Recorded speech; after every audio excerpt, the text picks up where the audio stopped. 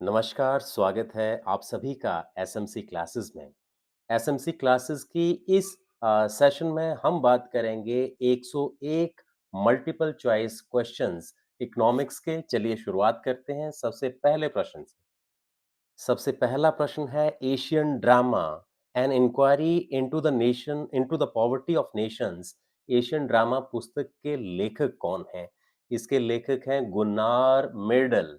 दूसरा प्रश्न है भारी उद्योगों को पहली बार प्राथमिकता दी गई जो पंचवर्षीय योजनाएं हैं, वो दूसरी पंचवर्षीय योजनाओं में सबसे पहले इसमें प्राथमिकता दी गई भारी उद्योगों को, हैवी इंडस्ट्रीज को। तीसरे प्रश्न की बात करेंगे, दूसरी पंचवर्षीय योजना आधारित थी कौन से मॉडल पर? महाल नोबिस मॉडल पर।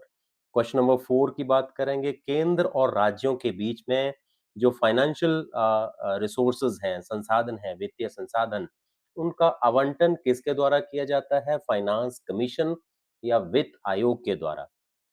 फिफ्थ क्वेश्चन की बात करेंगे, अविकसित या अल्प विकसित देशों में जो कमजोर राज्यों को या कमजोर देशों को क्या कहा जाता है? बनाना रिपब्लिक के नाम से उनको जाना जाता है। नेक्स्ट क्वेश्चन देखेंगे, the theory of economic growth नामक पुस्तक लिखी गई है आर्थर लुइस ने। आर्थर लेविस ने इस पुस्तक को लिखा है।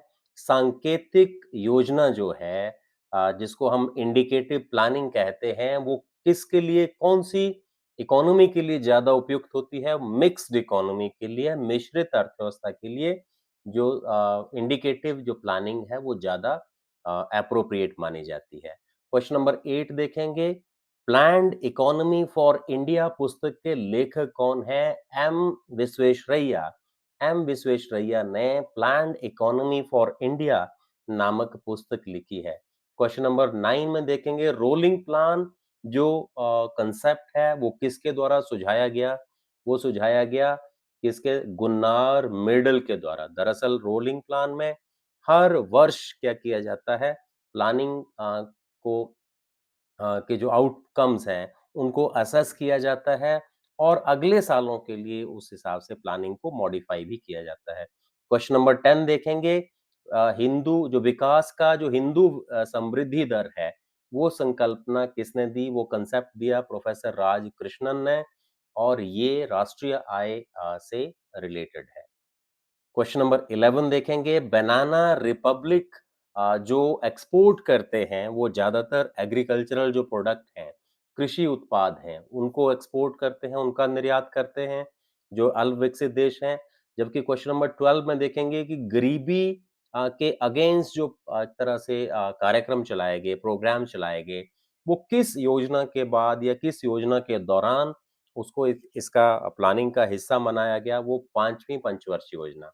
दरअसल फिफ्थ जो 5 ईयर प्लान था, उसमें गरीबी हटाओ का नारा से लेकर के कई ऐसे प्रोग्राम चलाए गए, जो भारत में गरीबी को कम करने का एक तरह के का प्रयास माना गया। क्वेश्चन नंबर 13 देखेंगे, कृषि आय पर जो कर है, वो किस सूची में शामिल है? दरअसल वो स्टेट जो लिस्ट है, राज्य सूची है, उसका ये हिस्सा है कृषि आय पर जो कर लगाया जाता है। क्वेश्चन नंबर 14 देखेंगे, एकाधिकार को नियंत्रित करने के लिए जो अधिनियम बनाया गया है, वो है एमआरटीपी।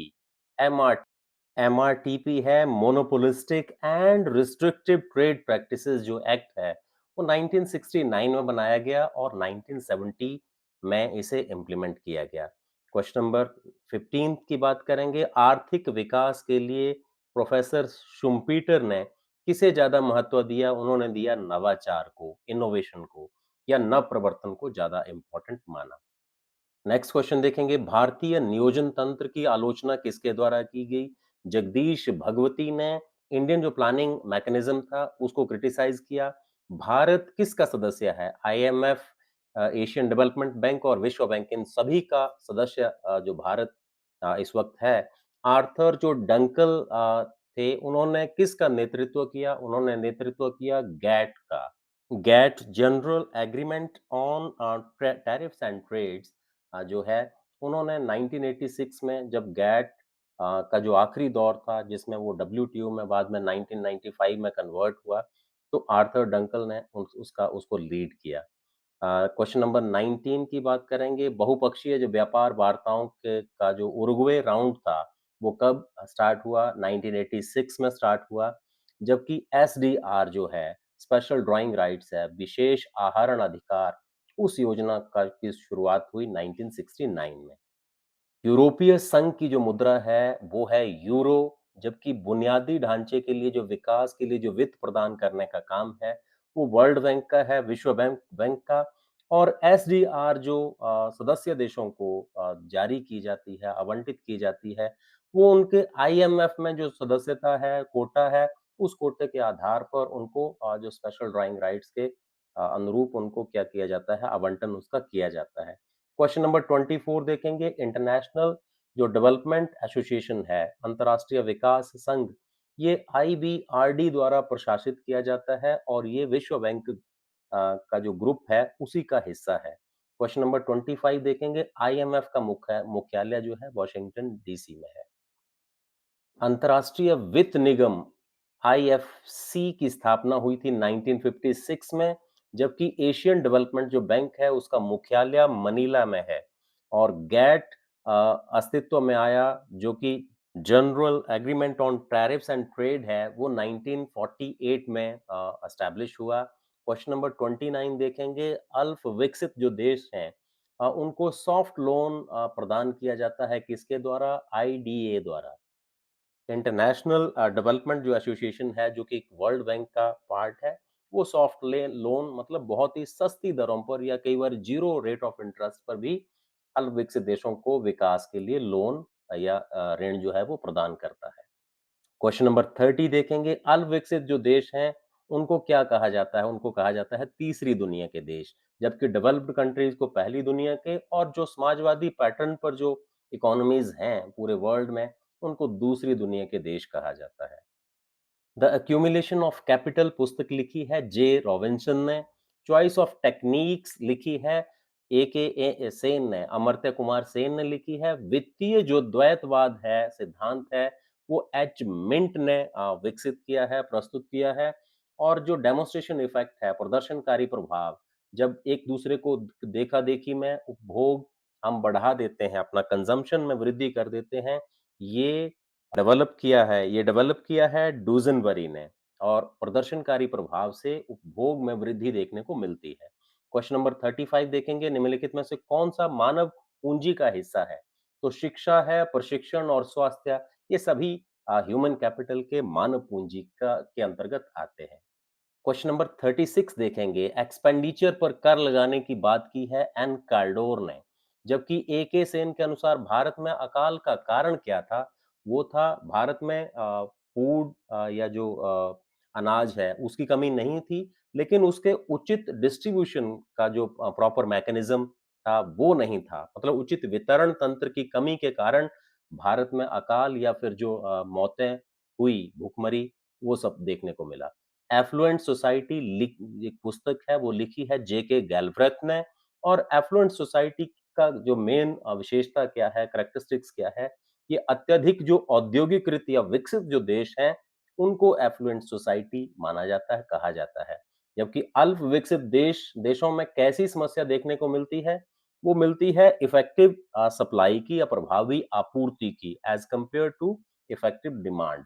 अल्प विकसित देशों में आपूर्ति की समस्या ज़्यादा पाई जाती है। क्वेश्चन नंबर 41 में देखेंगे, जबकि विकसित देशों में समस्या कौन-सी सामना करना पड़ता है इफेक्टिव डिमांड का, वहाँ पर माँग कम होती है और आपूर्ति ज़्यादा होती है। थर्ड वर्ल्ड पुस्तक जो लिखी है, वो एल्विन टॉफलर ने लिखी है, जबकि बड़ा धक्का बिग पुश जो थ्योरी है, उसके प्रतिपादक, उसके प्रोपाउंडर जो है रोजेंस्टन रोडान ने। उनका मानना है कि अर्थव्यवस्था में किसी भी अल्पविकसित देश को विकसित बनाने के लिए बड़े धक्के की ज़रूरत होती है, बिग पुश की ज़रूरत होती है, बड़े लेवल पर इन्वेस्टमेंट की ज़रूरत होती है। जो संतुलित विकास की रणनीति को सपोर्ट करने वाले जो लोग हैं, उनमें आर्थर लुइस जो हैं वो टॉप पर हैं, रोजेंस्टन रोडान, यंग, रैग्नर नर्कसे, ये सभी लोग जो है बैलेंस्ड ग्रोथ जो डेवलपमेंट का की रणनीति है, उसको सपोर्ट करते हैं। जबकि अनबैलेंस्ड या असंतुलित विकास की जो रणनीति है, उसको एल्बर्ट या एचओ, इसको हम कह सकते हैं एओ हर्शमैन, सिंगर है, स्ट्रीटन है, फ्लेमिंग है, रोस्टोव है। ये सभी लोग जो हैं वो असंतुलित विकास की रणनीति को सपोर्ट करने वाले हैं। क्वेश्चन नंबर 46 देखेंगे, क्वासी रेंट जो है, अर्ध लगान है, उस कंसेप्ट को लोकप्रिय बनाया अल्फ्रेड मार्शल ने। और जेएम केन्ज ने कहा कि ब्याज तरलता से, लिक्विडिटी से अलग होने का प्रतिफल है। वो रेट ऑफ इंटरेस्ट है। और ये उन्होंने अपने ब्याज के सिद्धांत में, जिसको तरलता अधिमान सिद्धांत कहते हैं, उसमें उन्होंने विकसित की ये बात कही। क्वेश्चन नंबर 46 देखेंगे, प्रसिद्ध जो डायमंड वाटर पैराडॉक्स है, हीरा जल विरोधाभास है, वो किससे संबंधित है? एडम स्मिथ से संबंधित है। और गिफन वस्तुओं के मामले में, जो कि एक तरह की घटिया वस्तुएं होती हैं, मूल्य प्रभाव या प्राइस इफेक्ट कैसा होता है? धनात्मक। मतलब उनकी कीमत बढ़ने के साथ उनकी मांग बढ़ती है और कीमत के कम होने पर मांग कम हो जाती है। जबकि 50th क्वेश्चन देखेंगे, चाय और कॉफी के बीच में जो क्रॉस इलास्टिसिटी ऑफ डिमांड है, मांग की आड़ी लोच है, वो भी धनात्मक पाई जाती है। मतलब चाय की कीमत बढ़ने पर कॉफी की जो क्वांटिटी डिमांडेड है या उनकी जो मांग है वो भी बढ़ जाएगी और उसके कम होने पर वो कम हो जाएगी। क्वेश्चन नंबर 51 देखेंगे, कुल उपयोगिता जब अधिकतम होती है तो सीमांत उपयोगिता मार्जिनल यूटिलिटी शून्य होगी। जब टोटल यूटिलिटी मैक्सिमम होगी तो मार्जिनल यूटिलिटी या सीमांत उपयोगिता जीरो होगी। क्वेश्चन नंबर 52 देखेंगे, कीमत में यदि कमी हो जाए और उसकी वजह से उस वस्तु की मांग बढ़ जाए, उसे विस्तार कहते हैं। उसे विस्तार कहेंगे या फिर कहेंगे उसको एक्सटेंशन। जब वस्तु की कीमत कम होने के कारण उसकी मांग बढ़ जाए तो मतलब उसे कहेंगे विस्तार। उपयोगिता के सिद्धांत में जैसे-जैसे अ, आय बढ़ती है तो मुद्रा की सीमांत उपयोगिता को क्या होता है? वो मानते हैं, उसको स्थिर मानते हैं, कांस्टेंट मानते हैं। उसमें कोई कमी नहीं आती है। तो जब भी आय बढ़े तो मुद्रा की जो सीमांत उपयोगिता है, मार्जिनल यूटिलिटी ऑफ मनी जो है, वो कैसी रहेगी? स्थिर रहेगी, कांस्टेंट रहेगी। कार्टेल एक रूप है जो संबंधित है किसके साथ? कौन से बाजार में? अल्पाधिकार बाजार के साथ संबंधित है। और कार्टेल का एक एग्जाम्पल क्या है? कार्टेल का एग्जाम्पल हमारे पास है क्वेश्चन नंबर 55 में, ओपेक। ओपेक जो है, the Organization of the Petroleum Exporting Countries, जो कि 1960 में ये एस्टेब्लिश हुआ। दरअसल इनका क्या काम होता है? ये ग्रुप ऑफ फर्म्स होता है, फर्म पर अलग-अलग फर्मों का एक समूह होता है जो आपस में अपने प्रॉफिट को, अपने लाभ को इंक्रीज करने के लिए और प्राइस को फिक्स करते हुए आपस में समझौता कर लेते हैं, उसी को कार्टेल कहते हैं। क्वेश्चन नंबर 56 देखेंगे, ऐसा कौन सा उत्पादन का साधन है, कारक है, जिसका जो प्रतिफल है, आउटपुट है, ऋणात्मक हो सकता है? वो है उद्यमी। भूमि, पूंजी और श्रम पर हमेशा धनात्मक आपको प्रतिफल मिलेगा। क्वेश्चन नंबर 57 देखेंगे, बाजार की वह अवधि जिसमें आपूर्ति बिल्कुल पैरेलल टू वाई एक्सिस होगी, मतलब वर्टिकल होगी, लंबवत होगी, तो वो बाजार की अवधि, उसको बाजार अवधि या मार्केट पीरियड कहते हैं, जब पूर्ति को बिल्कुल बढ़ाया नहीं जा सकता, फिक्स होती है। और निम्नलिखित में से कौन सा वक्र है जो यू आकार का नहीं होता है? तो एबीसी, एसी और एमसी ये सारे यू आकार के होते हैं, जबकि एवरेज फिक्स कॉस्ट जो है वो कैसा होता है? वो आप डायग्राम में भी देख रहे हैं, ऊपर से नीचे की ओर कॉन्वेक्स शेप का जो एक तरह का इसका वक्र होता है, कर्व होता है, वो देखने को मिलता है। क्वेश्चन नंबर 59 देखेंगे, निम्नलिखित में से किस बाजार स्वरूप के तहत संसाधनों का सबसे कुशल आवंटन? तो दी गई जितने भी ऑप्शंस हैं, परफेक्ट कंपटीशन या पूर्ण प्रतियोगिता में संसाधनों का सबसे कुशल आवंटन देखने को मिलता है। वह अवधि जिसमें आपूर्ति को, सप्लाई को बढ़ाया नहीं जा सकता है, उसको हम शॉर्ट रन कहते हैं, अल्पकाल कहते हैं। क्वेश्चन नंबर 61 की बात करेंगे, भारत में जो दुर्गापुर स्टील प्लांट है, वो किसके सहयोग से बनाया गया? वो सहयोग से बनाया गया ब्रिटेन के सहयोग से। दरअसल दुर्गापुर स्टील प्लांट जो 1959 में ब्रिटेन के सहयोग से बनाया गया और ये सेल का, steel authority of India limited का महत्वपूर्ण हिस्सा भी है। क्वेश्चन नंबर 62 की बात करेंगे, भारतीय जो खाद्य निगम है, फूड कॉर्पोरेशन ऑफ इंडिया, उसकी स्थापना की गई 1965 में। और सिडबी जो है, उसका मुख्यालय है लखनऊ में। SIDBI small industries development bank of India जो है, ये 1990 में 1990 में एस्टैब्लिश हुआ और उसका मुख्यालय लखनऊ उत्तर प्रदेश में है। क्वेश्चन नंबर 64 देखेंगे, भारत में जितने भी जो लघु उद्योग हैं, उनकी परिभाषा उनमें जो इन्वेस्टमेंट के आधार पर, निवेश के आधार पर, जो मशीनरी और संयंत्रों में जो निवेश होता है, उसके आधार पर उसको परिभाषित किया जाता है कि वो लघु उद्योग है कि वो इसमें मीडियम मध्यम स्तर का या लार्ज स्केल इंडस्ट्री है, वो कैसी है, उसके निवेश के आधार पर ये तय किया जाता है। भारत में जो रोलिंग प्लान किस अवधि के लिए बनाया गया था, वो 1978 से लेकर के 1983 तक, जब जनता गवर्नमेंट में मोरारजी देसाई प्रधानमंत्री थे, तब ये रोलिंग प्लान का कांसेप्ट इंट्रोड्यूस किया गया। क्वेश्चन नंबर 66 देखेंगे, नरसिम्हन समिति ने देश में बैंकिंग संरचना को कितने स्तरों की सिफारिश की थी? वो थी 3। एक इंटरनेशनल, एक नेशनल और एक रीजनल लेवल की जो बैंकिंग स्ट्रक्चर की उन्होंने संस्तुति दी थी। ये 1991 में भी नरसिम्हन समिति 1 और 1998 में नरसिम्हन समिति 2 एस्टैब्लिश की गई थी और उन्होंने उनकी सिफारिश थी कि 3 स्तरीय बैंकिंग संरचना जो है, बैंकिंग स्ट्रक्चर जो है, वो देश के अंदर डेवलप किया जाए। हवाला क्या है? दरअसल हवाला जो है वो विदेशी मुद्रा का अवैध लेन-देन है, एक तरह का गैर कानूनी तरीके से पैसे को देश में लाना, वो हवाला कहलाता है।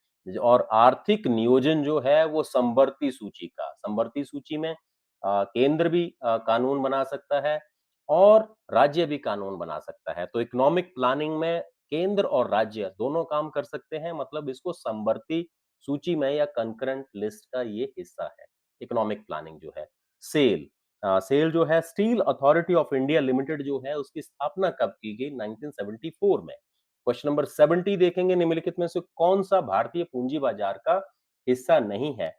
BSE Bombay Stock Exchange, National Stock Exchange और Security Exchange Board of India, ये सारे के सारे भारतीय पूंजी बाजार के हिस्सा हैं, जबकि RBI reserve bank of India जो है वो इसका हिस्सा नहीं है। क्वेश्चन नंबर 71 देखेंगे, भारत में पंचवर्षीय योजनाओं का जो कंसेप्ट है वो पूर्व सोवियत संघ से, रशिया से लिया गया, जबकि अ, भारत में जो एनडीसी है, नेशनल डेवलपमेंट काउंसिल जो है, राष्ट्रीय विकास परिषद जो है, उसका गठन 1952 में किया गया और ये योजना आयोग की जो बनाई गई योजनाओं को अंतिम रूप देने का काम करता था।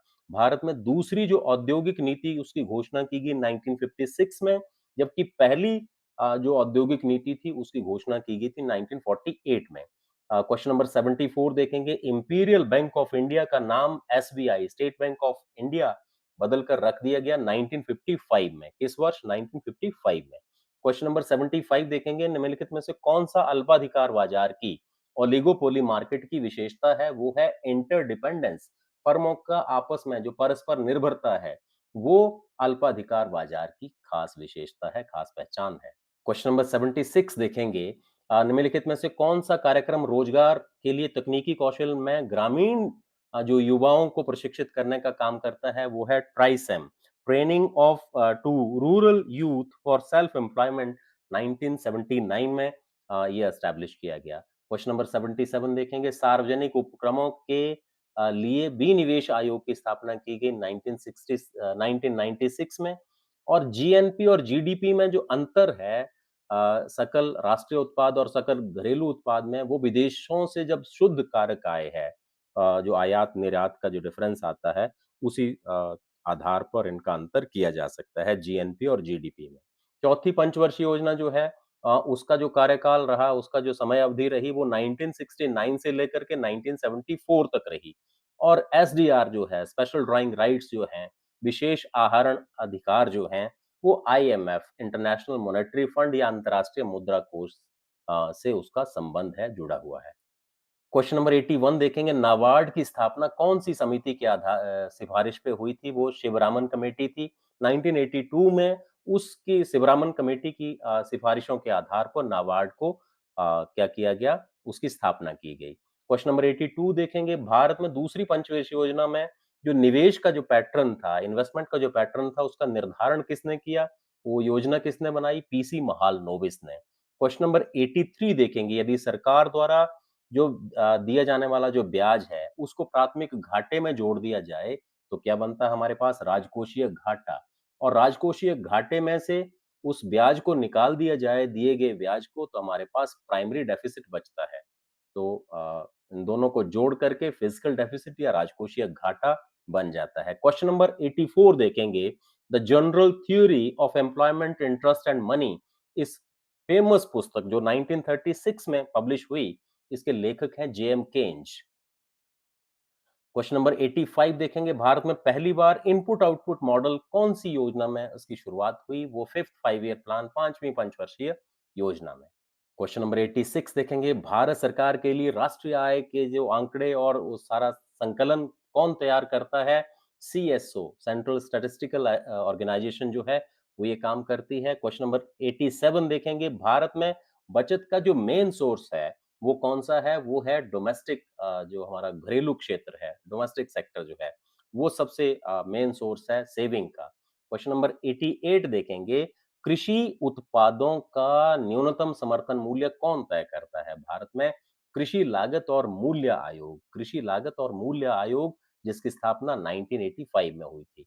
जो मोनोपोलिस्टिक रिस्ट्रिक्टिव ट्रेड प्रैक्टिसेस अधिनियम जो है, एमआरटीपी जो एक्ट है, वो कब लागू हुआ? बना ये 1969 में और लागू हुआ 1970 में, 1970 में। क्वेश्चन नंबर 90 देखेंगे, भारत में साख नियंत्रण जो क्रेडिट कंट्रोल है, जो कि ज़्यादातर आरबीआई के द्वारा किया जाता है, वो कौन-सी विधि जो है वो ज़्यादा प्रभावी है, ज़्यादा इफेक्टिव है? वो है क्वांटिटेटिव मेथड जो है, मात्रात्मक, जिसमें बैंक रेट है, रेपो रेट है, रिवर्स रेपो रेट है, इस तरह की तमाम तरह की चीज़ें जो हैं वो स या सीआरआर है, वो सारे के सारे साख नियंत्रण की सबसे मात्रात्मक जो विधियाँ हैं, वो ज़्यादा प्रभावी हैं, ज़्यादा इफेक्टिव हैं। क्वेश्चन नंबर 91 देखेंगे, मेजरिंग ग्रोथ की अवधारणा के प्रतिपादक हैं जगदीश भगवती और जगदीश भगवती ने 1958 में मेजरिंग ग्रोथ का कंसेप्ट दिया। उनका ये मानना था कि यदि कोई अर्थव्यवस्था किस पर आधारित है, निर्यात पर अगर बहुत ज़्यादा निर्भर है, तो उसका टर्म्स ऑफ ट्रेड में गिरावट आ सकती है लॉन्ग टर्म में। ये ऐसा उनका मानना था, तो उसको उन्होंने मेजरिंग ग्रोथ नाम दिया। क्वेश्चन नंबर 92 देखेंगे, निम्नलिखित में से किसने कहा कि अंतर्राष्ट्रीय व्यापार जो है वो एब्सोल्यूट जो एडवांटेज है, निरपेक्ष जो लाभ की अवधारणा पर आधारित है? ये एडम स्मिथ, जो कि मॉडर्न इकोनॉमिक्स के फादर भी कहे जाते हैं, उन्होंने ये कंसेप्ट दिया। क्वेश्चन नंबर 93 देखेंगे, अंतर्राष्ट्रीय व्यापार के आधुनिक सिद्धांत के विकास का जो श्रेय जाता है वो हेक्सर ओहलिन को जाता है, एच ओहलिन को जाता है।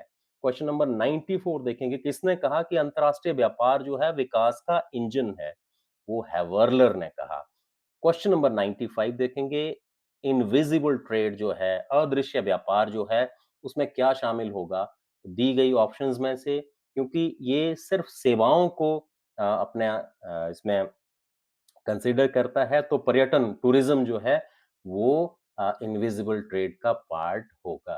क्वेश्चन नंबर 96 देखेंगे, निम्नलिखित में से कौन मुक्त व्यापार जो फ्री ट्रेड की जो पॉलिसी है, उसके समर्थक हैं? तो जितने भी क्लासिकल इकोनॉमिस्ट हैं, डेविड रिकार्डो है, एडम स्मिथ है, जेएस मिल है, ये सारे के सारे उपरोक्त सभी, ये सभी फ्री ट्रेड पॉलिसी के समर्थक रहे हैं, सपोर्टर रहे हैं। क्वेश्चन नंबर नेक्स्ट देखेंगे, निम्नलिखित में से किसे गैर योजनागत व्यय माना जाता है?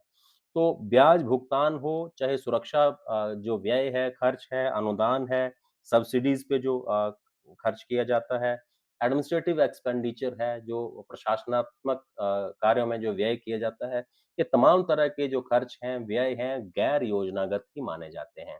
नेक्स्ट क्वेश्चन देखेंगे, अधिकतम सामाजिक लाभ का जो सिद्धांत है, वो किससे संबंधित है? उसमें कराधान भी आ जाता है और उसमें सार्वजनिक व्यय भी आ जाता है, दोनों आ जाते हैं।